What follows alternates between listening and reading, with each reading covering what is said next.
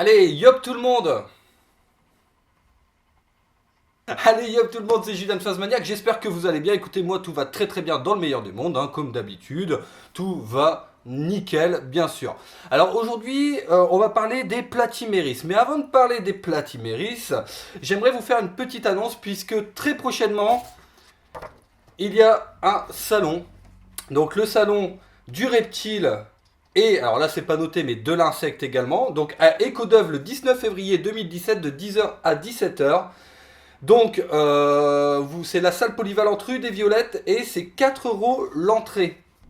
Je vous mets ça comme ça. Alors n'hésitez pas à venir parce qu'il y aura du beau monde. Il y aura beaucoup de reptiles. Il y aura beaucoup aussi d'insectes, puisqu'il y aura moi, il y aura Thomas, il y aura Arthropodia, il y aura Cécile Fontenay, je crois. Il y aura également d'autres personnes qui auront des insectes. Donc franchement, si vous habitez pas trop loin, c'est à 3 km de Cambrai, je vous invite vraiment à y aller. Donc voilà, n'hésitez pas, je vous fais confiance, hein, comme tous les ans, de toute façon, vous venez, donc il n'y a pas de souci avec ça, ça fait vraiment plaisir. Et moi j'y serai avec plaisir. Alors aujourd'hui on va parler des platyméris. Alors plusieurs espèces de platyméris. Vous avez les platyméris mambo par exemple, vous avez les platyméris bigutatus. Mais vous avez d'autres réduves, puisque ça fait partie de la famille des réduves, comme par exemple les Psittala horrida, pour vous donner un exemple. Alors, c'est généralement on appelle ça donc des punaises assassines, parce que c'est vrai que de par leur apparence, on peut voir qu'ils ont un rostre, ce qu'on appelle un rostre, c'est-à-dire une sorte d'épine, en tout cas à l'avant, une sorte d'aiguillon à l'avant, qui va leur permettre en fait tout simplement d'assassiner, en gros, de tuer leur proie et ensuite de pouvoir sucer l'intérieur des proies. Voilà, c'est un peu comme plus ou moins une morsure d'araignée, si on devait faire la comparaison. Alors, ici, on a donc les Platymeris bigutatus. Alors là, vous voyez que c'est des petits, mais il y a des adultes en dessous, je vais vous montrer ça. Hop, donc je vais retourner la boîte à œufs. Donc là, vous voyez, donc c'est un insecte qui est plutôt... alors je dirais pas beau, parce que c'est vrai que il fait un peu peur, mais je dirais il est plutôt mystérieux, quoi. C'est un insecte qui est assez sauvage, un prédateur, ça c'est sûr, hein, puisque vous pourrez le voir si jamais vous en avez ou si jamais vous souhaitez en acheter, vous verrez que ça suit la proie, il chasse tout simplement. Donc un prédateur. Alors pour l'élevage, ça va être assez simple. Il va vous falloir en fait soit un terrarium, soit un aquarium, pourquoi pas, ou soit une boîte en plastique comme moi. Bon, alors après évidemment, moi vous le savez, je fais de l'élevage, donc effectivement, moi l'esthétique, bon, c'est pas ma priorité. Donc là effectivement, moi je les élève dans une boîte en plastique avec boîte à œufs dedans. Et ça fonctionne super bien, hein. J'ai pratiquement aucune perte, tout va très très bien. Alors, si jamais vous voulez acquérir cette espèce-là, mais avoir un aquarium ou un terrarium plus esthétique, ce que je peux comprendre, dans ce cas-là, priorité au sable. Pourquoi? Tout simplement parce que c'est un insecte qui aime vivre dans un milieu sec. D'accord? Donc aucune humidité. Alors certaines personnes pulvérisent une fois par semaine, voire une fois tous les 2-3 semaines. Moi, pour aider en fait les mus. Moi personnellement, je pulvérise jamais et ça fonctionne très très bien. Voilà, j'ai jamais pulvérisé et alors effectivement j'ai eu quelques mus ratés, mais ça c'est normal, hein, c'est partout. Et vu la quantité de jeunes que j'ai, je vais vous montrer ça d'ailleurs.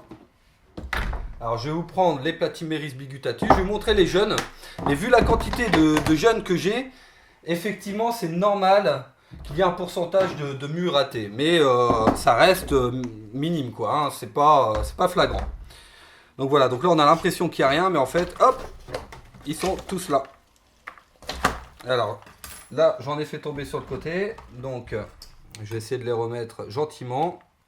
Allez ma grande, voilà, ah bah ils y retournent tout seuls, donc ça fait plaisir. Alors pourquoi je prends un objet, pourquoi, bon là c'est une aiguille pour retourner, mais normalement j'ai une petite pince que je ne sais pas où j'ai mis, qui me sert en fait à les manipuler, tout ça. Tout simplement parce que c'est un insecte qui n'est pas inoffensif.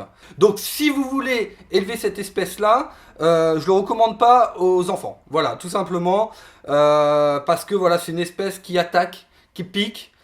Et moi, je me suis jamais fait piquer, mais en tout cas, j'ai eu des témoignages et ça fait, il paraît, très très mal. Voilà, ça fait vraiment très très mal.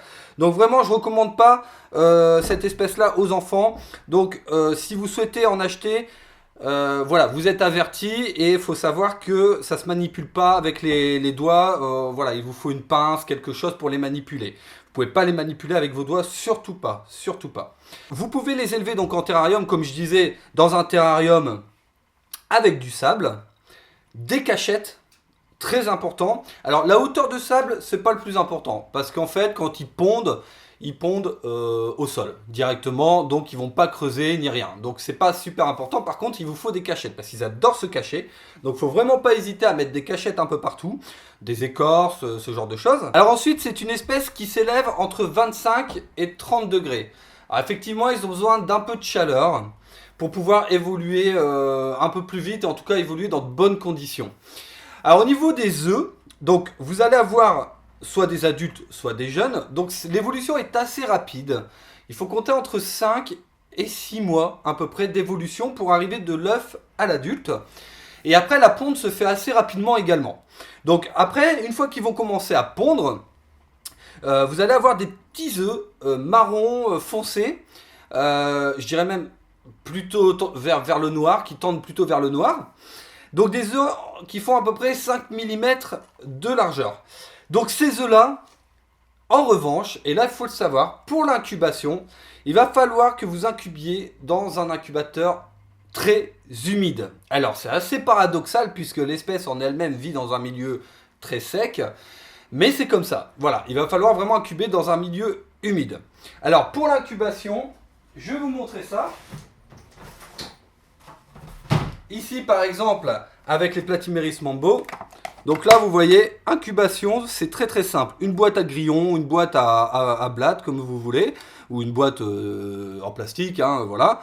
Vous allez mettre dedans de la tourbe de coco, ça fonctionne très très bien. Vraiment, c'est nickel pour l'incubation. Donc très humide, et puis vous allez laisser les œufs à la surface, tout simplement. Et au bout d'à peu près un mois à un mois et demi, donc vous voyez c'est très rapide, vous allez commencer à avoir des jeunes. Alors l'incubation, il faut savoir que c'est pareil, ça se fait entre 20 et 30 degrés, donc 25 degrés plus ou moins. Alors une fois que vous allez avoir les naissances, il va falloir nourrir les petits. Alors, je vais quand même mettre un petit bémol pour vous dire que c'est une espèce qui est assez invasive. Puisque vous allez avoir un gros pourcentage de naissances par rapport à vos œufs. Donc, vous êtes prévenus, faites attention. Si vous ne pouvez pas, si vous ne sentez pas que vous pouvez élever 100, 200 platyméris, parce que c'est ce qui peut vous arriver, hein, c'est un peu comme les phasmes bâtons. Dans ce cas-là, j'aime pas trop dire ça, j'aime pas le faire. Bon, moi personnellement, je l'ai jamais fait, mais je vous conseille de congeler une partie des œufs, sinon vous allez être vite envahi.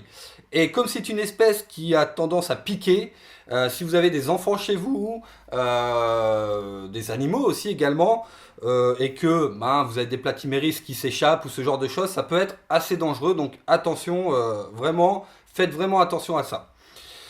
Alors ensuite, donc un mois et demi, donc vous avez les naissances, il va falloir les nourrir. Alors pour la nourriture, vous allez prendre, quand ils sont tout petits, des drosophiles.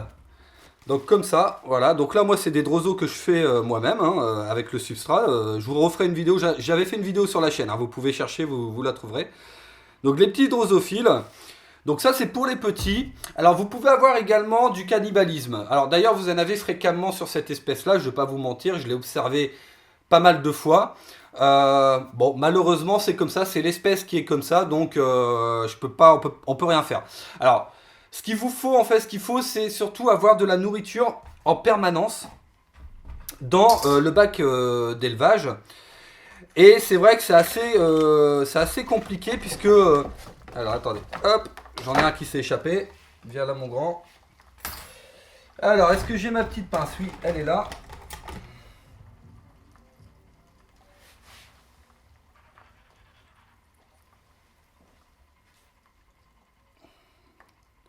Donc comme je disais, il vous faut de la nourriture en permanence. Et c'est vrai que ça, c'est le plus délicat. C'est-à-dire que, effectivement, Ouais, il va vous falloir des Droso tout le temps, tout le temps. Il va vous falloir des Red Runner, par exemple, quand ils seront un peu plus grands.